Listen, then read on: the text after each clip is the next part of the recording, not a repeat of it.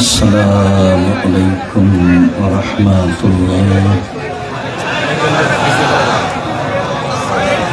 আলহামদুলিল্লাহি ওয়াহদা والصلاة والسلام على من لا نبي بعده أما بعد فأعوذ بالله من الشيطان الرجيم قد أفلح المؤمنون الذين هم في صلاتهم خاشعون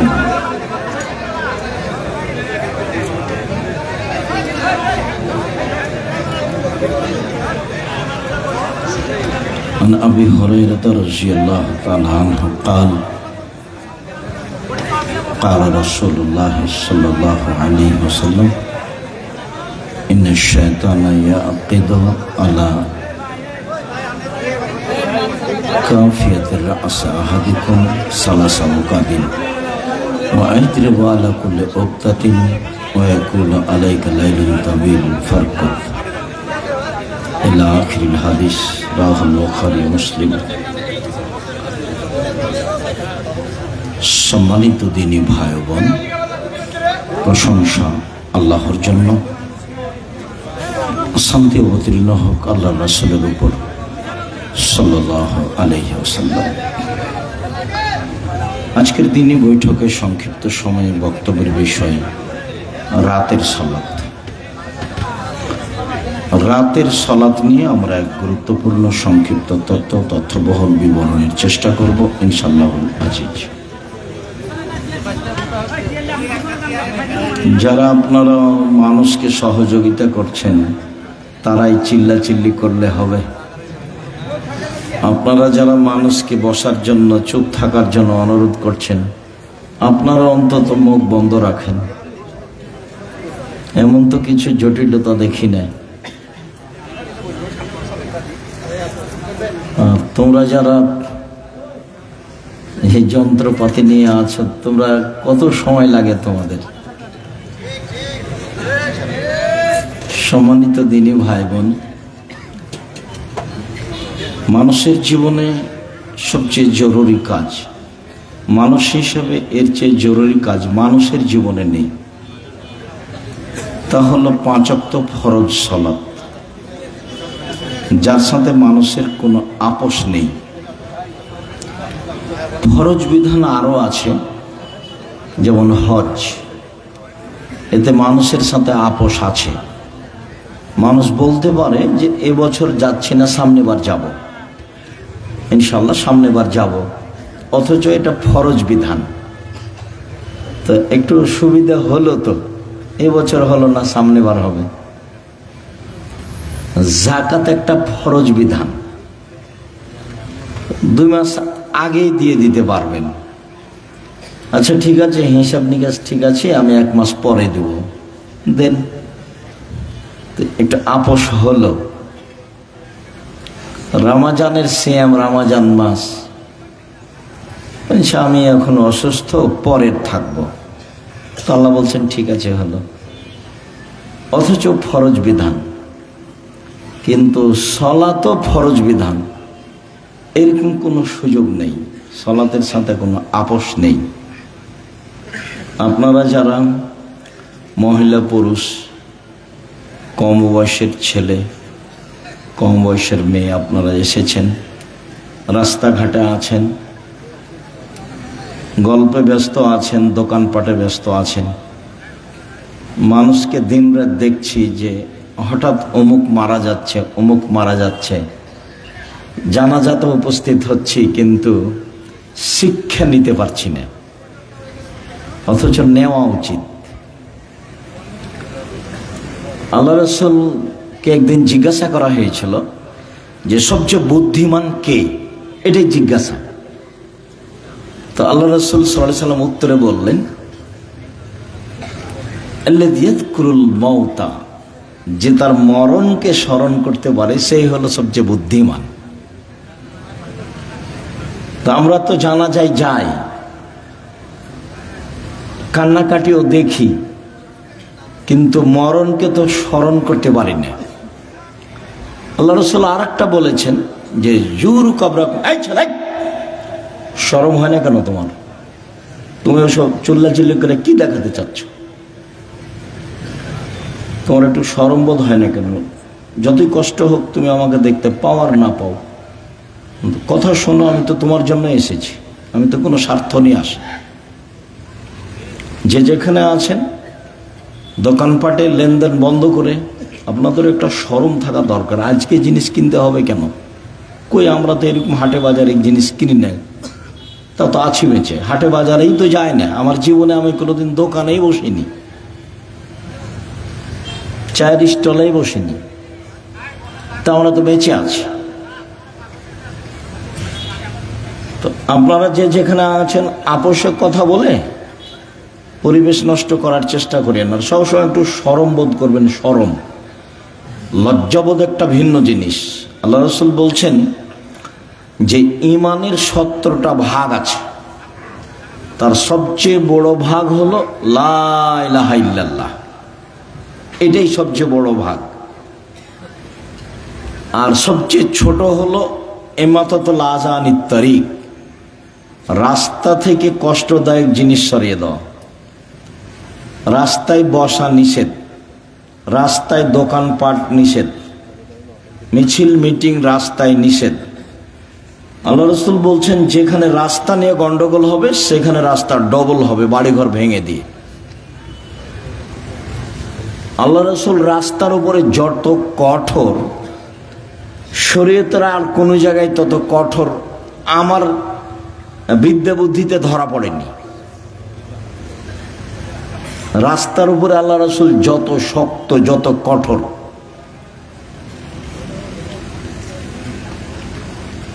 একবার বলছেন যে মানুষের শরীরে যত জোড় আছে এই পরিমাণ তাকে দান করতে হবে। সাহাবীরা বলছেন যে এটা না পারে যদি, তখন আল্লাহ রাসূল বলছেন যে তাহলে এ করতে হবে,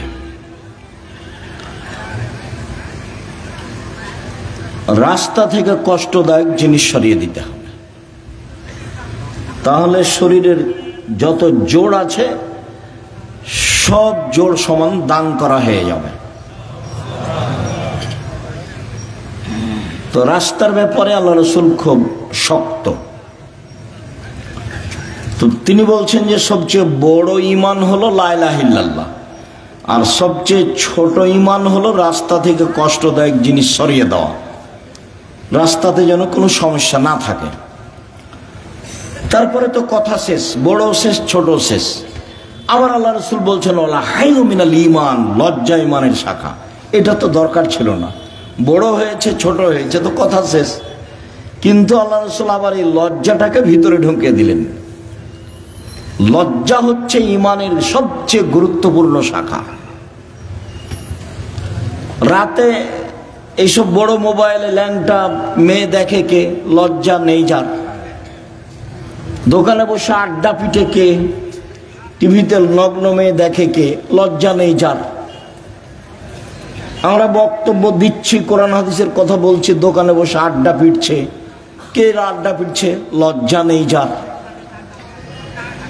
আমি কতবার বলছি যে এইসব নিজের খেয়ে পরের ধন না ধরে অমুকের চরিত্র ফুলের মতো পবিত্র, এইসব নোংরামি করে বেড়াও, রাস্তাঘাটে দলাদলি করে দাঙ্গাবাজি করে আর একজনকে জেল হাজতে দাও। মানুষের তো অবস্থা দেখলেই মানুষ কেমন চরিত্রহীন, মানুষ মানুষের উপরে কি জুলুম করতে পারে। তো এই ফর্মুলাই হচ্ছে জুলুমের, এই ফর্মুলাই হচ্ছে জুলুমের। তুমি এখানে গেলেই চাঁপাইনবাবগঞ্জের ভাষাতে তুমি তো দূরের কথা তোমার বাপকে জুলুম করতে হবে। তার মানে এই পদ্ধতি ভুল। এটা হলো খ্রিস্টান আব্রাহাম লিঙ্কনের কাল্পনিক পদ্ধতি। ওরা এগুলো করে না, ওরা আপনাদেরকে বোকা বানিয়ে দিয়েছে, এগুলো করে বেড়াচ্ছে। আমি বহুদিন বলেছি যে একটা ছেলে মাদ্রাসা লাইনে পড়তে দিয়েছেন, কোরআন হাদিস শিখবে, তো তাকে আবার দাখিল পরীক্ষায় ভালো রেজাল্ট হয়েছে, তো তাকে আপনি আবার কলেজে ভর্তি করলেন কেন? কে খালা বলেছে ভালো রেজাল্ট হয়েছে? তাকে ছেলেটাকে কলেজে ভর্তি না করে কোথায় পড়াচ্ছে? একটা ইঞ্জিনিয়ার হতো, একটা ডাক্তার হতো। খালা এই কথা বলে, মামি এই কথা বলে, চাচা এই কথা বলে, চাচি এই কথা বলে, সবাই এই কথা বলে। তখন ছেলেটাকে স্কুলে দিয়েছে, ডাক্তারি লাইনে পড়ছে। তো যেই ছেলেটা প্রথম থেকেই স্কুলে আছে, বাপে বলছে ভালো মেধা, তো পঞ্চম শ্রেণী থেকে 2-3 জন প্রাইভেট মাস্টার রেখেছে, দশমে গিয়ে 4 জন প্রাইভেট মাস্টার রেখেছে। ইন্টার পাস করেছে যখন, তখন বিশ্ববিদ্যালয়ে ভর্তি হওয়ার জন্য সাবজেক্ট প্রতি একটা রেখেছে শিক্ষক। তারপরে বিশ্ববিদ্যালয়ে ভর্তি হয়েছে, তারপরে পড়াশোনার জন্য বাহিরে গেছে, পড়াশোনা করে বাহির থেকে এসেছে, তাই হলো ইঞ্জিনিয়ার। তো খালি চুরি করে, ও খালি কি করে? চুরি করে। যেখানে হিসাব নিকাশ লাগায় রাস্তাঘাটে, সেখানে টাকা কিভাবে মারা যাবে সেটাই তার মাথায় আছে। আর লোকে বলছে বড় ডাক্তার। তো যখনই কোনো প্রেসক্রিপশন লেখে কোনো রোগীর, তখন ওই কোম্পানির লিখে যে কোম্পানি তাকে টাকা দিয়েছে। প্রতারক, ধোঁকাবাজ। বহির্বিশ্বে গিয়ে যে ভালো পদে পড়াশোনা করেছে তাকে টয়লেটের সুপার বানিয়েছে বহির্বিশ্বে। ওকে তো বড় চাকরি দিবে না, 200-400 লেবারের দায়িত্ব দিয়েছে, মাসিক বেতন 3 লাখ টাকা। তো এও মনে করলো যে বিদেশে 3 লাখ টাকা বেতন পাই, সুইপারের দায়িত্বশীল হলে কি হবে? তাই ফলাফল হলো এই। তাহলে বাপে 4 থেকে নিয়ে চিন্তা ভাবনা করেছে বড় ডাক্তার করব, ফলাফল হলো প্রতারক। বাপে বলছে বড় ইঞ্জিনিয়ার বানাবো, ফলাফল হলো চোর। আর মেধা ভালো তাই বিদেশে কিছু করে, তাই হলো যারা সুইপার তাদের লিডার। 50 বছর বাগমারা থানাকে চ্যালেঞ্জ করলাম, 50 বছর বিগত, দেখি কার ছেলে বড় ইঞ্জিনিয়ার কি করেছে জাতির। আগামীকালকে আমার সাথে কথা বলবেন, বিগত 50 বছর থাকলো চ্যালেঞ্জ, 50 বছর বিগত। আপনি বলবেন আমার ছেলে পড়াশোনা করে দেশের এই করেছে, জাতির এই করেছে, জাতির এই করেছে, সব সময় জাতির কল্যাণের জন্য প্রস্তুত আছে, এটা দেখাবেন। তো এই ছেলেটাকে কোরআন হাদিস শিখতে দিয়েছিলেন, তাকে আবার ওখানে দিলেন কেন? এ কি করবে? যাকে সব সময় প্রাইভেটে রেখেছেন সেটাই হলো না, তারই ফলাফল এই। আপনাকে আমি বহুদিন শুনিয়েছি বাগমারার মাটিতে। আপনার ছেলেকে তো আমি খুব ভালোভাবে চিনি। ওই যে সেদিন এসেছিল, প্যান্টটা টাকনোর নিচে ছিল, দাড়ি চাঁচা ছিল, সিগারেট হাতে ছিল, গলায় টাই ছিল, গাড়ি থেকে নামলো, বৌমা একটু পরে নামলো, হালকা হালকা গায়ে কাপড় আছে, নাতনি একটু পরে নামলো, গায়ে কোনো কাপড়ই নাই, গাড়ির পিছন দিকে কুকুর আছে। এই তো আপনার পড়াশোনার ফলাফল। আমি 35 বছর থেকে মাঠে আছি, 90 সাল থেকে এখন পর্যন্ত এদেশের কোনো মানুষ আমাকে ওই ঘরে ঢোকাতে পারেনি যে ঘরে ছবি মূর্তি আছে। আর আমি তো করোনার 5 পয়সা দাম দিইনি। যারা করোনার ওষুধ বের করেছে তারা একদিনও করোনা দেয় না, টিকিট দেয় না ওরা। ও তো আপনাকে বিকলাঙ্গ করার কৌশল। আপনার ছেলে মেয়ে হলে অ্যাডনর্মাল হবে, ওটা তো আসলে ও আপনার ফিলিস্তিনের মানুষ মারে, ও আবার আপনার কল্যাণ চাই। মাথায় কি গোবর আছে? ও আপনার কল্যাণ চাইবে কিভাবে? এটা আপনি কি দিয়ে বুঝলেন? সে আপনার জানের শত্রু, সে আপনার মানের শত্রু, সে আপনার টাকা পয়সার শত্রু, সে আপনার সবকিছুর শত্রু। সে আপনাকে ঔষধ দিয়ে ভালো করে রাখবে, জীবনে কোনোদিন যেন আপনার এই হয় না, সেই হয় না, হেপাটাইটিস হয় না, কি হয় না। এ তো পাগল বানিয়েছে আপনাকে। তাই সব স্কুলের ছেলেকে, স্কুলের মেয়েকে টিকে দিতে হবে, পালাক্রমে এসেছে। কত বুঝাইছে ভালো করে, এটা নিতে হবে, সেটা নিতে হবে, এটা ভালো, সেটা ভালো। বলে কত টাকা বেতন পান আপনি? এত আপনি বলছেন কেন? বল হিসাব। সম্মানিত দিনী ভাই বোন, মরণকে স্মরণ করতে পারে যে সে হলো হুঁশিয়ার মানুষ। আল্লাহ রাসূল বললেন যে কবর জিয়ারত করো, তাহলে মরণ স্মরণ হবে। মাঝে মধ্যে কবরের পাশে যেতে হবে, বাপের, মায়ের, আত্মীয় স্বজনের কবরের পাশে গিয়ে হাত তুলে দোয়া করতে হবে এবং ভাবতে হবে আমিও এই কবরের সদস্য। আল্লাহ রাসূল বলছেন কুন ফি দুনিয়া কান্নাকা গরীব, তুমি দুনিয়াতে থাকো তুমি যেন অপরিচিত, তোমাকে কেউ চিনে না। অত বেশি চিনলে তোমার অহংকার আসতে পারে।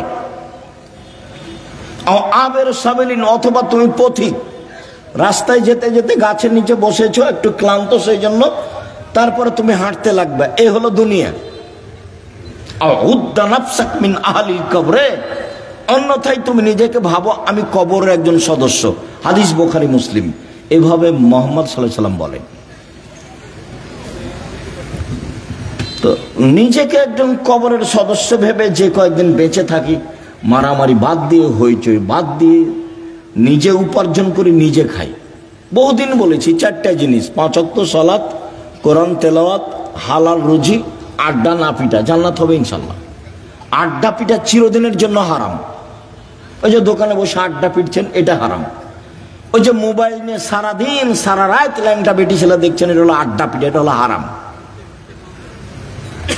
ওইদিকে তোমার মা দেখে, এদিকে তোমার বাপ দেখে, ওই ঘরে তুমি দেখো, ওই ঘরে তোমার বোন দেখে, তাহলে পুরো বাড়িটা জেনায় সয়লাভ বন্যা। তাহলে চরিত্র কোথায় আছে? এই আবার মোবাইলও ওদেরই, সব ফাংশন তাদের, ওরা বলে বন্ধু। সুদের যত পথ আছে, দুঃখিত সম্মানিত দিনী ভাই বোন, যে যেখানে আছেন, অল্প সময় কথা বলি, আপনার সাথে কিছু গুরুত্বপূর্ণ কথা বলতে এসেছি। মানুষের জীবনে সবচেয়ে জরুরি কাজ 5 ওয়াক্ত সালাত। মানুষের জীবনে জরুরি হিসাবে এর চেয়ে জরুরি কোনো কাজ নেই। সেটা হজ হোক, জাকাত হোক, জমি চাষ হোক, চাকরি হোক, ব্যবসা হোক, বাণিজ্য হোক, হাইকোর্ট হোক, জজ কোর্ট হোক, পৃথিবীর এমন কোনো কাজ নাই যেটা মানুষের জন্য নামাজের সালাতের চেয়ে বেশি জরুরি হতে পারে। এটুকু আপনার বোঝা উচিত। আপনি আমার ভালোবাসায় এসেছেন এখানে, আপনি তো 5 ওয়াক্ত সালাত আদায় করেন না, করা উচিত, করতেই হবে। বহুদিন বলেছি, অজু করে সালাত আদায় করতে হয়, তো পানি নেই, তায়াম্মুম করে করেন। মাটি নেই, তো অজু ছাড়া তায়াম্মুম ছাড়াই সালাত আদায় করেন। কেবলার দিকে মুখ করে সালাত আদায় করতে হয়, কেবলা বোঝা যায় না, কেবলা ছাড়াই করেন। দাঁড়িয়ে সালাত আদায় করতে হয়, দাঁড়িয়ে থাকা যায় না, বসে করেন। বসে থাকা যায় না, তো শুয়ে শুয়ে পড়েন। পরিষ্কার কাপড় পরে সালাত আদায় করতে হয়, পরিষ্কার নেই, যাতে পেশাব পায়খানা লেগে আছে সেটা পরেই পড়েন। পরিষ্কার অপরিষ্কার কোনো কাপড়ই নেই, উলঙ্গ অবস্থায় আছি, তো উলঙ্গ অবস্থাতেই পড়েন। গাড়িতে উঠে আছেন, শিকল ধরে আছেন, ঠেল মানে না গাড়িতে, দাঁড়ানো অবস্থায় আছেন, এই অবস্থায় সালাত আদায় করতে হবে। যুদ্ধের সালাতগুলো এসেছে যে একটা নিয়ম এসেছে যে একদল শত্রুর মোকাবেলা আছে আর একদল এখানে সালাত আদায় করছে। 1 রেখাত এরা, 1 রেখাত ওরা, রাসূলের 2 রেখাত, তারপর ওরা নিজে নিজে 1 রেখাত পড়ে শেষ করলো। আর একটা এসেছে শত্রুর মুখে দাঁড়িয়ে আছে, এভাবেই সালাত আদায় করছে, শত্রুর মুখের উপর আছে, এভাবেই সালাত আদায় করছে। তো রাসূল সাল্লাল্লাহু আলাইহি ওয়াসাল্লাম সালাতের উপরে এত সোচ্চার ছিলেন, যেই সালাত আমার আর আপনার ছেলে মেয়ের কোনো হিসাবে নেই। খাচ্ছে, পেশাব করছে, পায়খানা করছে, দিন কাটছে পশু প্রাণীর মতো, গরু ছাগলের মতো। আর দল করার ব্যাপারে ঠিকই আছে, আর মানুষের বদনাম আর গীবত করার ব্যাপারে, বিরোধিতা করার ব্যাপারে, শত্রুতা করার ব্যাপারে ঠিকই আছে। কত সুন্দর করে ছবি দিয়ে রাস্তাঘাটে তুলে রেখেছে, কি যে দেখাইতে চাচ্ছে। মানুষের ক্ষতি করে বেশি দিন বেঁচে লাভ নাই। আমার জীবনে আমি 2টা কাজ খুব চেষ্টা করি জীবন বাজি রেখে, টিকে থাকা খুবই কঠিন।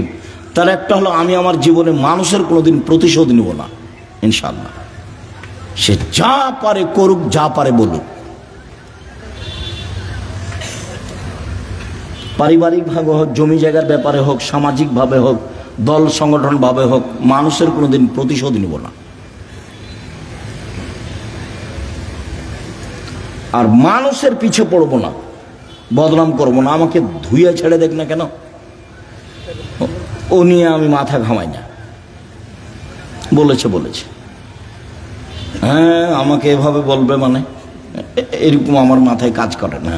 বরং আপনাকে আমি কতদিন বললাম, কেউ যখন গালি দেয় তখন আবার বন্ধ করলে আমি আবার পাল্টা রিং দিয়ে বলি যে ভাইজান, গালি কি আরো বাকি ছিল? হয়তো বা মোবাইলে টাকা শেষ হয়ে গেছে নাকি, গালি দিয়ে নেন। প্রতিশোধ নিয়ে লাভ নাই, ওর পিছনে পড়ে লাভ নাই। আমার আব্বা বলতেন যে ছেলে মেয়ে দুনিয়াতে এসেছে ভাগ্য ছেড়ে এসেছে, তাই তাদের চিন্তা করতে হবে। আমি এখন বলি আব্দুল্লাহ, আব্দুর রহমান, আব্দুর রহিমের চিন্তা করতে হবে, কি ভাগ্য ছেড়ে এসেছে? ওরা ভাগ্য নিয়ে আসেনি, ওদের তাকদিরে কিছু লেখা আছে তো নাকি? যেদিন আল্লাহ মানুষ সৃষ্টি করেছেন সেদিন 4টা জিনিস লিখেছেন, হায়াতাহা ও মাউতাহা ও রিজকাহা ও মাসায়েবাহা। তার মরণ, তার জীবন, তার রুজি, তার অসুখ বেসুখ। করোনা লেখা থাকলে হবেই।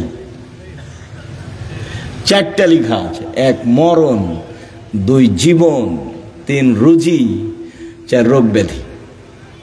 আমি এই কথা বলিনি, এই কথা মুহাম্মদ সাল্লাল্লাহু আলাইহি সাল্লাম বলেছে। এটা আমার ব্যক্তিগত কোনো স্বাধীনতা নাই এখানে, এটাকে আমি বিশ্বাস করি এবং খুব শক্তভাবে বিশ্বাস করি। ঢাকাতে এক লোক করোনা হয়েছে, তো আমি দেখবো আর গায়ে হাতে একটু দোয়া করব। তো আর ছেলে মেয়ে সবাই আছে, খালি আমাকে অনুরোধ করছে যে ওস্তাদজি আপনি ভিতরে আসেন না, ওস্তাদজি আপনি ভিতরে আসেন না, আপনি আমার আব্বার জন্য বাহির থেকে দূর করেন, দোয়া করেন। বলছি আমি তো আমার অন্তর তো ধাক্কা খাই না যে তোমার বাপের গায়ে হাত লাগালে আমাকে করোনা ধরবে।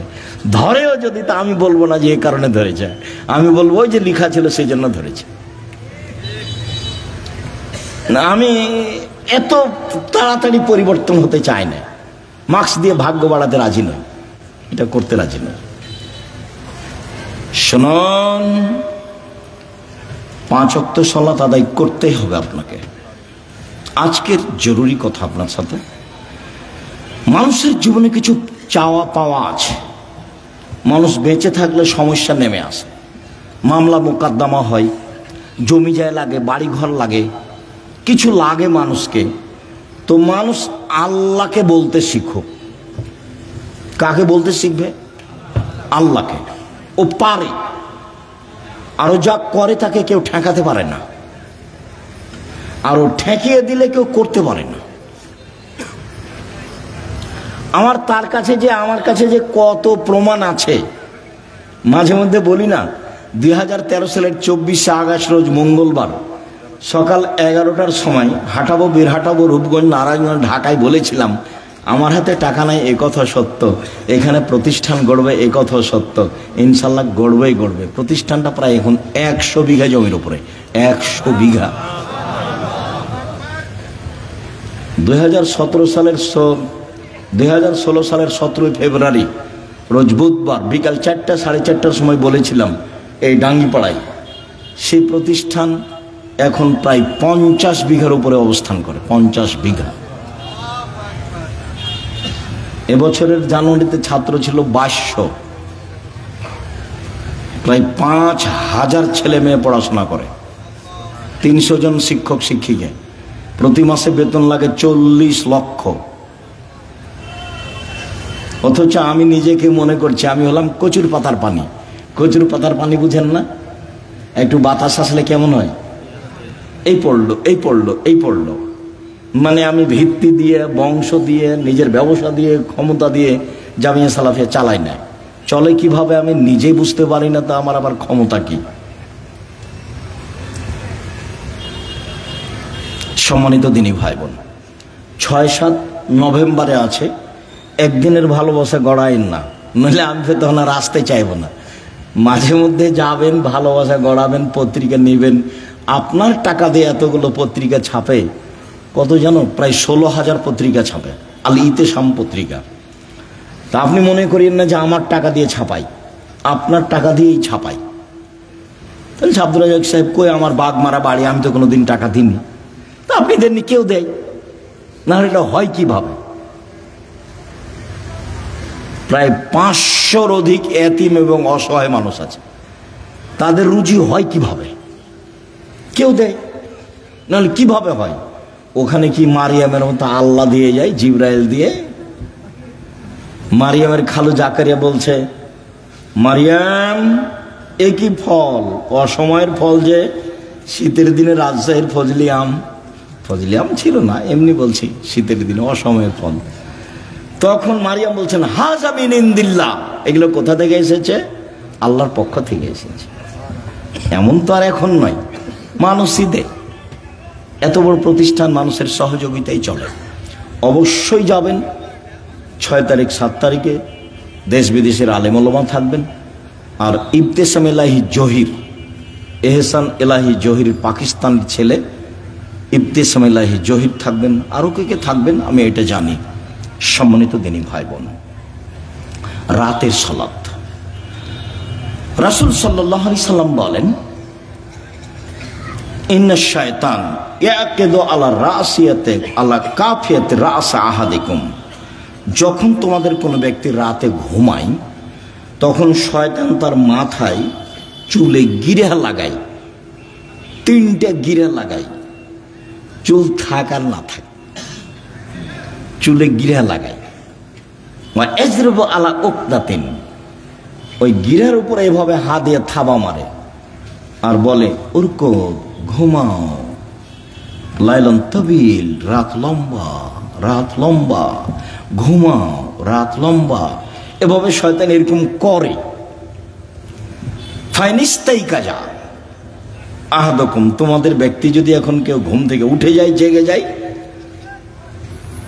যাকার আল্লাহ, তারপর বলে আলহামদুলিল্লাহিল্লাযী আহয়ানা বাদা মা মাতানা ওয়া ইলাইহিন নুশুর, ওই আল্লাহর প্রশংসা যে আল্লাহ আমাকে মরণ দেওয়ার পরে জীবন দিল। একটু আগে মরণ দিয়েছিল, এখন আবার কি করলো? জীবন দিল। ওরে আমি প্রশংসা করছি। এইটুকু বললেই একটা গিরা খুলে যাবে। শয়তান যত বড়ই পাওয়ারফুল ক্ষমতার অধিকারী হোক না কেন, আমি দোয়া পড়েছি, ঘুম থেকে উঠে গিরা খুলে যাবে।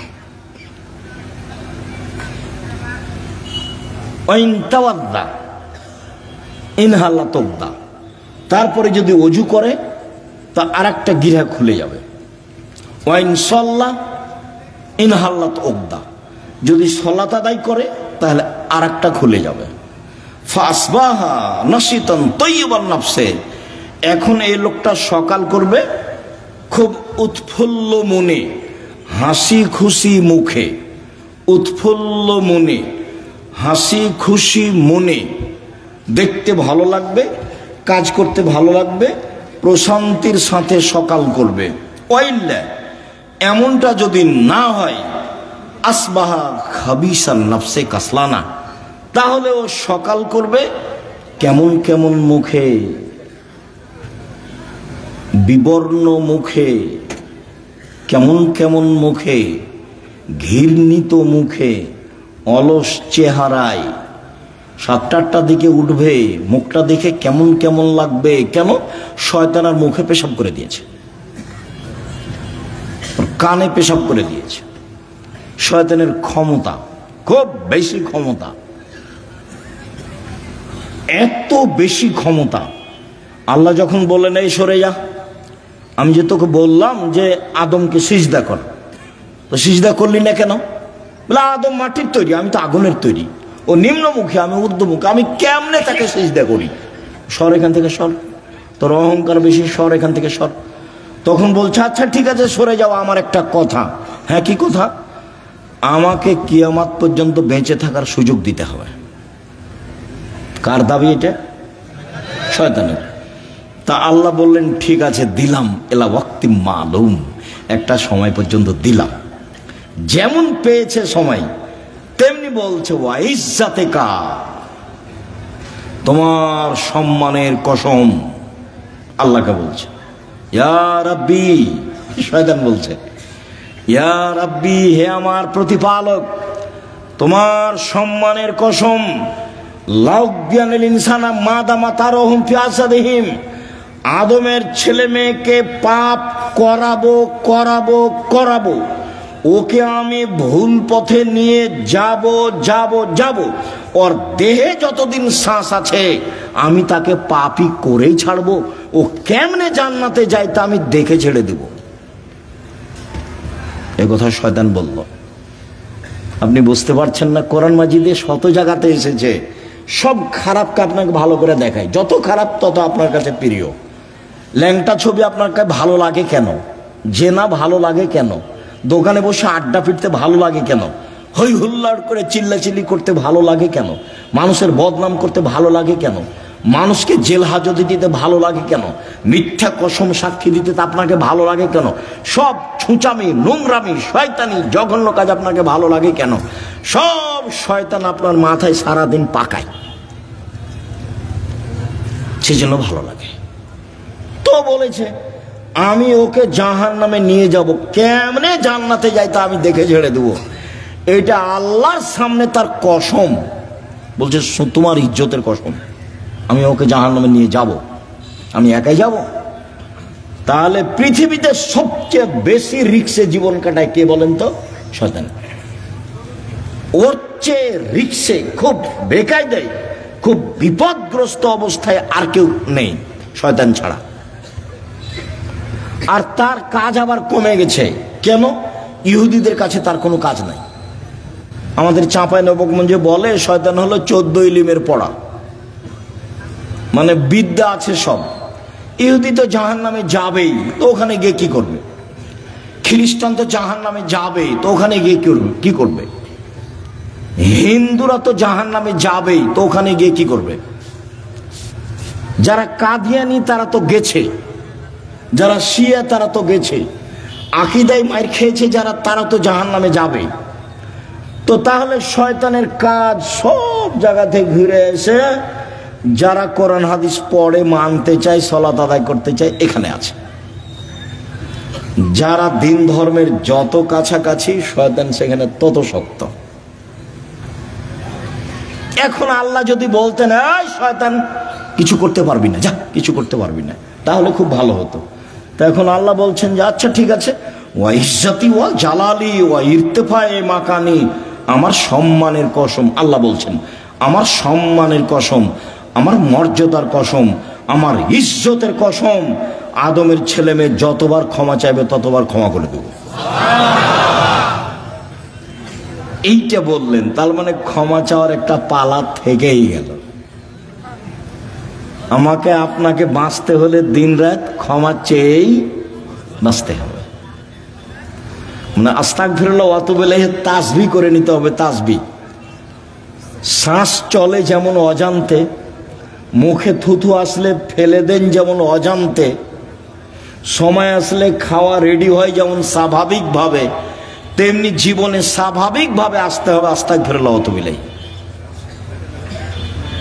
আস্তাগফিরুল্লাহ ওয়া আতুবু ইলাইহি। চলছেন, ফিরছেন, উঠছেন, বসছেন। আল্লাহ বললেন যে ঠিক আছে, আদম সন্তান যতবার আমাকে বলবে আমার ভুল হয়েছে ততবার আমি ক্ষমা করে দেব। এইটা বললেন, কিন্তু বললেন না যে তুই কিছু করতে পারবি না, এটা বলেন। তখন আল্লাহ রাসূল বলছে কুল্লু বানি আদম খাত্তা, আদম সন্তানই পাপী। খায়র খাত্তাই না তাওবুন, সবচেয়ে ভালো আদমের ছেলে মেয়ে সেই যে বলে আস্তাগফিরুল্লাহ ওয়া আতুবু ইলাইহি, আস্তাগফিরুল্লাহ আল্লাযী লা ইলাহা ইল্লা হুয়াল হাইয়ুল কাইয়ুম ওয়া আতুবু ইলাইহি, রব্বিগফিরলি ওয়া তুব আলাইয়া ইন্নাকা আনতাত তাওয়াবুল গফুর। আল্লাহুম্মা আনতা রাব্বি লা ইলাহা ইল্লা আনতা খালাকতানি ওয়া আনা আবদুকা ওয়া আনা আলা আহদিকা ওয়া আদিকা মাসতাতাতু আউযু বিকা মিন শাররি মা সানাতু আবু লাকা বিনিআমাতিকা আলাইয়া ওয়া আবু বিযামবি ফাগফিরলি ফাইন্নাহু লা ইয়াগফিরুয যুনুবা ইল্লা আনতা। এই ছেলে, আমাকে কাজ দেখাচ্ছ, ধৈর্যের পরিচয় দাও। আমাদের এখানে কোনো কেচ্ছা কাহিনী নেই, নির্বাচনও আসেনি। অল্পক্ষণ ধৈর্যের পরিচয় দিবেন, কাজ দেখায়েন না, যেটা আমি পছন্দ করি না। আমি আপনার জন্য এসেছি। আমি আব্দুর রাজ্জাক বিন ইউসুফ, আপনি আমাকে টাকা দিয়ে নিয়ে এসেছেন এমনটা মাথায় থাকলে ভুল হয়েছে। সম্মানিত দিনী ভাই বোন, যদি রাতে না উঠে তাহলে শয়তান তার মুখে কানে পেশাব করে। আয়েশা রাদিয়াল্লাহু তাআলা আনহা বলেন, কানান নবী সাল্লাল্লাহু আলাইহি সাল্লাম ইসাল্লি ফিমা বাইনা ইয়াফরগা মিন সালাতিল ইশা ইলাল ফজর 11 রাকা ওয়া ইসাল্লামু মিন কুল্লি রাকাতাইন ওয়া ইউতির বিওয়াহিদাতিন। এশার পর থেকে নিয়ে ফজর পর্যন্ত সময়ে আল্লাহর নবী 11 রাকাত রাতের সালাত আদায় করতেন। 11 রাকাত। কখন থেকে কখন? এশার থেকে নিয়ে ফজর পর্যন্ত। তাহাজ্জুদ পড়ার সময় শুরু হয়ে যায় এশার পর থেকেই ফজর পর্যন্ত সময়। হ্যাঁ, রাত 3 ভাগের 2 ভাগ পার হওয়ার পরে মানুষ পড়ুক, এটা সবচেয়ে উত্তম। কিন্তু সময় শুরু হয়ে যায় কখন থেকে? এশার পর থেকে না ফজর আযান পর্যন্ত। আল্লাহর নবী 2 রাকাতের পরে সালাম ফিরতেন, 2 রাকাত পড়ে সালাম ফিরতেন, 2 রাকাত পড়ে সালাম ফিরতেন। 1 রাকাত বিতির পড়তেন। 1 রাকাতের হাদিস অনেক বেশি। আপনার জন্য বইটা লিখেছিলাম, রাসূল সাল্লাল্লাহু আলাইহি ওয়াসাল্লামের সালাত বনাম প্রচলিত সালাত। আপনি নিয়ে পড়েন কিনা সেটা আমি জানি না। কৃপণতা দেখায়েন না, ফল ভালো হবে না। 16,000 পত্রিকা ছাপানো হয়, ওটা নয়, ওখানে টাকসাল নাই, ওখানে সবকিছু মেশিন দেওয়া হয় না। মানুষ আছে, কর্মচারী আছে, টাকা খরচ করেন আপনি। অতএব আপনি পড়বেন। 50টা প্রশ্নের উত্তর আছে। আমি পরিশ্রম করি আপনার জন্য দিন রাত। আলেম ওলামা আছে, প্রেস আছে, টাকা পয়সা খরচ হয়। এমনি অনেক বই আছে, তার মধ্যে আল ইতিসাম পত্রিকা, জামিয়া সালাফের মুখপাত্র পত্রিকা। 20, 25, 30 টাকা আপনার কাছে ভারী হোক, এটা আমি চাই না, এটা আমি কামনা করিনি। আমি মনে করছি বই কিনবেন, পড়বেন, বন্ধু বান্ধব, আত্মীয় স্বজন, খালা ফুফু সবকে দিবেন। যারা আছে আত্মীয় স্বজন তাদেরকে দিবেন। যে আব্দুল রাজ্জাক সাহেব সালাতের পর বইটা লিখেছেন, দেখেন তো, 1 রাকাত বেতের, 3 রাকাতের হাদিস বুখারী মুসলিম, 5 রাকাতের হাদিস বুখারী মুসলিম, সব একটানা। 3 রাকাত একটানা, 5 রাকাত একটানা। বিকল্প কি সেটা আপনাকে আমি বলতে চাইনি। আমি আপনাকে বলতে চাইছি বুখারী মুসলিমের হাদিস এইভাবে। বুঝাতে পারিনি মনে হয়। সম্মানিত দিনী ভাই বোন, উমামা বাহিলি রাদিয়াল্লাহু তাআলা আনহু বলেন, রাসূল সাল্লাল্লাহু আলাইহি সাল্লাম বলেছেন, আলাইকুম বিকিয়ামিল লাইল, পৃথিবীর মানুষ তোমাদের রাতে সালাত আদায় করা জরুরি। আল্লাহ নবী বলছেন, আমি বলিনি এই কথা। পৃথিবীর মানুষ, মহিলা পুরুষ, তোমাদের রাতে সালাত আদায় করা জরুরি। কেন? হুয়া কুরবাতুন লাকুম ইলা রাব্বিকুম, রাতে সালাত আদায় করলে তোমরা তোমাদের প্রতিপালকের নিকটে হতে পারো। রাতে সালাত আদায় করলে তোমরা তোমাদের প্রতিপালকের নিকটে হতে পারো। 2, মুকাফফিরাতুন লিসায়াত, রাতে সালাত আদায় করলে পাপ মিটে যায়। 3, মানহাতুন আনিল ইসম, রাতে সালাত আদায় করলে আপনার থেকে পাপ দূরে সরে যায়। যারা খুব চেষ্টা করছে পাপ ঠেকাতে পারছে না, আব্দুর রাজ্জাক বিন ইউসুফের বক্তব্য শুনে কতবার যে কান ধরে কসম করলো আর কোনোদিন কোনো মেয়ের সাথে কথা বলবো না, কিন্তু টিকতে পারে না। 2 মাস 4 মাস পরে কথা বলে।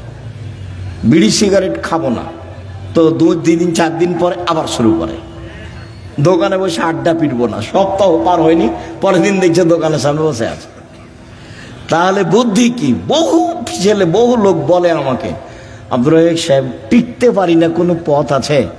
ভাইজান, আমি তো আর কোনো জাদু মন্ত্র দিতে পারছি না, পথ এটাই।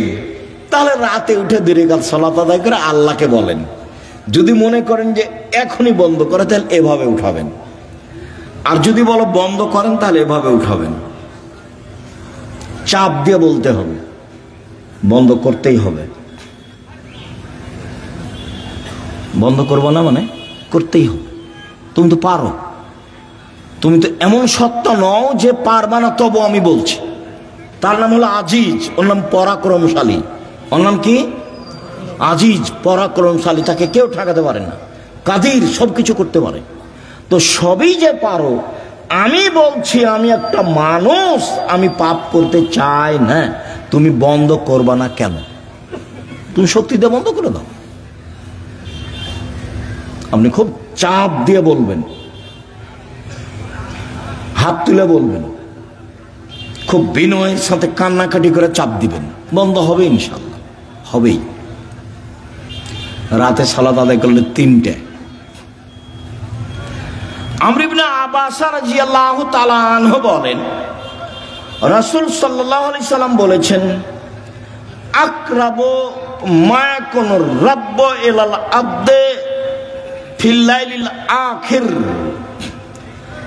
রাত যখন 3 ভাগের 2 ভাগ পার হয়ে যায়, তখন আল্লাহ সবচেয়ে মানুষের নিকটে হয়ে যায়।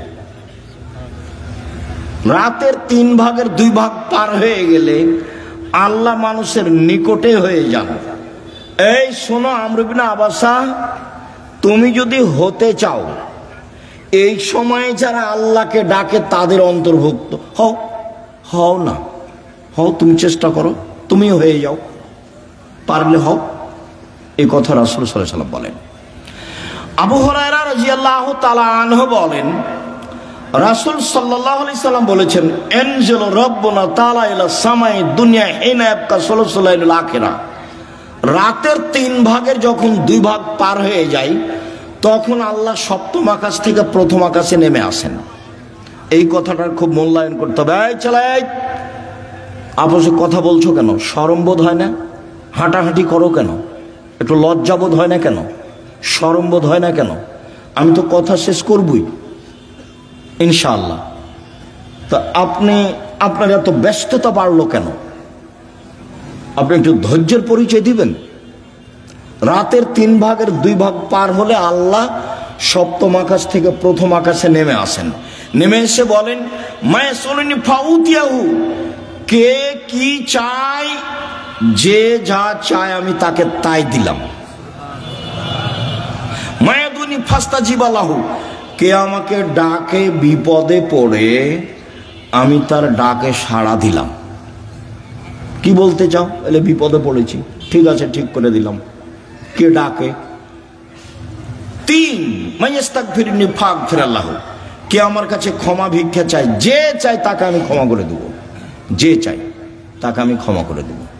অন্য জায়গাতে বলছেন আল্লাহ তাআলা হাদিসে কুদসি, ইবনা আদম মা দাওয়াতানি রাজাওতানি, আদমের ছেলে মেয়ে শোনো, তুমি যেভাবে ডাকো আমি সেভাবে থাকি, তুমি যেভাবে আশা পোষণ করো সেভাবে আমি পূর্ণ করে থাকি। আদমের ছেলে মেয়ে শোনো, তুমি যেভাবে ডাকো আমি সেভাবে থাকি, তুমি যেভাবে আশা পোষণ করো সেভাবে আমি পূর্ণ করে থাকি। ওলা উবালি, আমি পরোয়া করি না তুমি কত বড় পাপী, তোমার ক্ষমা চাইলে আমি ক্ষমা করে দিই, আমি পরোয়া করি না তুমি কত বড় পাপী, তুমি যেভাবে ডাকো আমি সেভাবে থাকি, তুমি যেভাবে আশা পোষণ করো সেভাবে আমি পূর্ণ করে থাকি। লাউ বালাগাত জনবকানানা সেমায়, আদমের ছেলে মেয়ে শোনো, তোমার পাপ যদি বেশি হতে হতে হতে আকাশে লেগে যায়, পাপ আর পাপ, আকাশ জমিন পরিপূর্ণ পাপ, জীবনটা শুধু পাপে ভরা। 15-16 বছর থেকে পাপ শুরু হয়েছে, এখন 40 বছর বয়স, শুধু পাপ, জেনা দিয়ে ভরা জীবন, অশ্লীলতা দিয়ে ভরা জীবন, মানুষের বিরুদ্ধে চলা দিয়ে, বদনাম গীবত দিয়ে ভরা জীবন। তোমার পাপ বেশি হতে হতে যদি আকাশ পরিপূর্ণ হয়ে যায়, আমাকে বলো, আমি তোমার পাপ ক্ষমা করে দেব। যেভাবে তুমি ডাকো আমি সেভাবে থাকি, তুমি যেভাবে আশা পোষণ করো সেভাবে আমি পূর্ণ করে থাকি, তুমি যেভাবে ডাকো আমি সেভাবে থাকি, তুমি যেভাবে আশা পোষণ করো সেভাবে আমি পূর্ণ করে থাকি। বিচারের মাঠে সব মানুষের সামনে আল্লাহ আসবেন, সব মানুষের সামনে, পুরুষ নারী সব মানুষের সামনে এসে আল্লাহ বলবেন, আদমের ছেলে মেয়ে শোনো, আজ তুমি যে পরিমাণ পাপ নিয়ে এসেছো, আমি সেই পরিমাণ ক্ষমা নিয়ে এসেছি। তোমার যে পরিমাণ পাপ আমার সেই পরিমাণ ক্ষমা, তোমার যে পরিমাণ পাপ আমার সেই পরিমাণ ক্ষমা, তোমার যে পরিমাণ পাপ আমার সেই পরিমাণ ক্ষমা, যদি শিরক না হয়ে থাকে। তো বাংলাদেশের ছেলে মেয়ে তো আল্লাহর রাস্তায় শিরক করছে, স্কুলে গিয়ে তো সুন্দর করে বলছে ওমা তোমার আকাশ, ওমা তোমার বাতাস। আমি বলি না, আমার ছেলে মেয়েকে বলতে দিনি। এখনো এমন কোনো পরিস্থিতি আমার উপরে আসেনি যে আমি বলতে বাধ্য।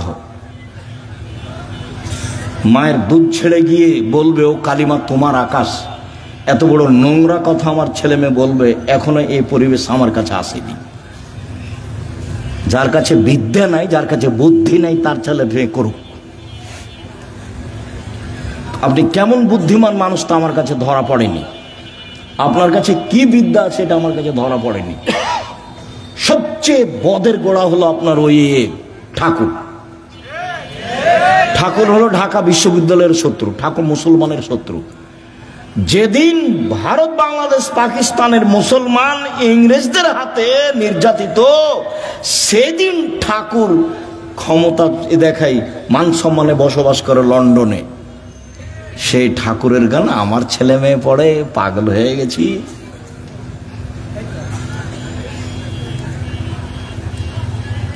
এ তো অবাক হয়ে গেল। এই তো নিজের ঘরের ওই কি বলছে গো, ব্রয়লার মুরগি জ্বালিয়ে দিয়ে ইন্ডিয়া থেকে মুরগি নিয়ে আসতে হবে, মানে মাথায় গোবর আছে। নিজের মুরগি কি করতে হবে, জ্বালিয়ে দিতে হবে, ওখান থেকে ডিম আনতে হবে। এত উল্টা বুদ্ধি, এটাও একটা উল্টা বুদ্ধি।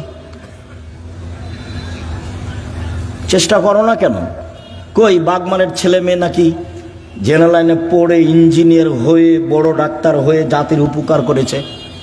কোথায় উপকার করেছে? পুঠিয়া থানা না? তো পুঠিয়া থানার ছেলে মেয়েরা খুব ভালো পড়াশোনা করেছে, অনেক কিছু করেছে। আমি তো বলছি প্রায় 30 বছর থেকে, আমি তো 30 বছরের ওই সেই কত বালানগরে এসেছিলাম বহুদিন আগে, সেদিন আমি বলেছি তোর বাপের আকাশ। সব সময় বলছি, আমি তো ঘৃণা জানাই। সম্মানিত দিনী ভাই বোন, রাতে উঠে আল্লাহকে কিছু বলতে হবে। আল্লাহ আমার আর আপনার কথা শোনার জন্য প্রতীক্ষমান। আল্লাহ নেমে আসেন আমার কথা শোনার জন্য, আর আমি ঘুমিয়ে থাকি, তাহলে এটা কেমন হলো? বুঝাতে পারলাম না কথা মনে হয়। আল্লাহ নেমে আসেন আমার জন্য, আর আমি কি করি? ঘুমিয়ে থাকি। একটা কথা মধ্যে মনে রাখিয়েন, আমি ঘুমিয়ে থাকি এর অর্থ এই নয় যে সবাই ঘুমিয়ে থাকে। সবাই ঘুমিয়ে থাকে না। কেউ না কেউ আল্লাহকে বলে যে ঠিক আছে তাহলে আমাকে এটা করে দাও, ঠিক আছে তাহলে এটা আমাকে করে দাও, এভাবে বলে। আমর ইবনে আস রাদিয়াল্লাহু তাআলা আনহু বলেন, রাসূল সাল্লাল্লাহু আলাইহি সাল্লাম বলেছেন, মান কামা বিআসরি আয়া লাম ইগফাল মিনাল গাফিলিন। কেউ যদি রাতে উঠে 10টা আয়াত পড়ে, 10টা, তাহলে সে গাফেল নয়, এটা লিখে দেওয়া হবে। 2, মান কামা বিমিয়া আয়া কুতিবা মিনাল কানিতিন। কেউ যদি 100 আয়াত পড়ে রাতে উঠে সলাতে, 100 আয়াত, তাহলে ও পরহেজগার মানুষের অন্তর্ভুক্ত লিখে দেওয়া হবে। ওমান কামা বিআলফি আয়া, কেউ যদি রাতে 1000 আয়াত পড়ে কুতিবা মিনাল মুকান্তিরিন, তাহলে পৃথিবীতে সর্বোচ্চ মর্যাদার অধিকারী যারা, তাদের সাথে এও বড় বড় মর্যাদার অধিকারী। ইব্রাহিম আলাইহিস সালাম এরকম যারা বড় বড় মর্যাদার অধিকারী, আপনি যদি রাতে 1000 আয়াত পড়েন, যদি এটা ভারী, তো 100 আয়াত তো পারবো, 10 আয়াত তো পারবো। আবু হুরায়রা রাদিয়াল্লাহু আনহু বলেন, আল্লাহ রাসূল বলেছেন, মান কামা ইস্তাইকাজা, যে ব্যক্তি রাতে উঠলো, স্ত্রীকে উঠালো, 2 রাকাত সালাত আদায় করলো, কুতিবা মিনাল যাকিরিনা যাকিরাত, যারা আল্লাহকে ডাকে ওদের একটা তালিকা আছে, এদের স্বামী স্ত্রীকে সে তালিকা লিখে দেওয়া হবে। উঠি না কেন, পারি না কেন? আজকে সোমবার, সিয়াম ছিলেন? 32 বছর থেকে 30 বছর থেকে বলে আসছি, কেন সিয়াম ছিলেন না? আজ তো সোমবার, কেন থাকলেন না? এই ছেলে, সোমবারে সিয়াম থাকতে হবে কেন? কেন নবী থাকতেন বলো? সাপ্তাহিক মানুষের পাপ নেকি রিপোর্ট পেশ করা হয় কি কি বারে? সোমবার আর বৃহস্পতিবার।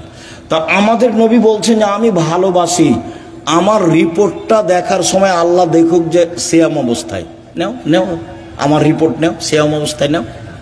তো মুহাম্মদ সাল্লাল্লাহু আলাইহি সাল্লাম চাইতেন তার রিপোর্টটা আল্লাহর কাছে পেশ করার সময় কি অবস্থায় দেখাতে চাইতেন?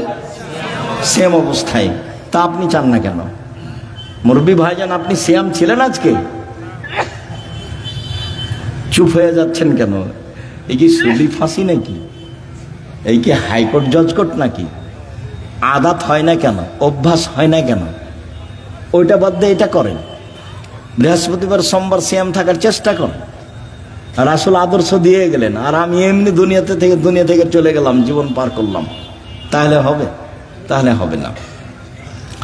সম্মানিত দিনী ভাই বোন, রাসূল সাল্লাল্লাহু আলাইহি সাল্লাম বলেন, কেউ যদি ঘুম থেকে উঠে বলে লা ইলাহা ইল্লাল্লাহু ওয়াহদাহু লা শারীকা লাহু লাহুল মুলকু ওয়া লাহুল হামদু ওয়া হুয়া আলা কুল্লি শাইইন কাদির ওয়া সুবহানাল্লাহি ওয়া আলহামদুলিল্লাহি ওয়া লা ইলাহা ইল্লাল্লাহু আল্লাহু আকবার লা হাওলা ওয়া লা কুওয়াতা ইল্লা বিল্লাহ, তাহলে এখন যা বলবে আল্লাহ সেটা মেনে নেবেন। যেটা বলবেন সেটাই শুনবেন, যেটা বলবেন সেটাই শুনবেন।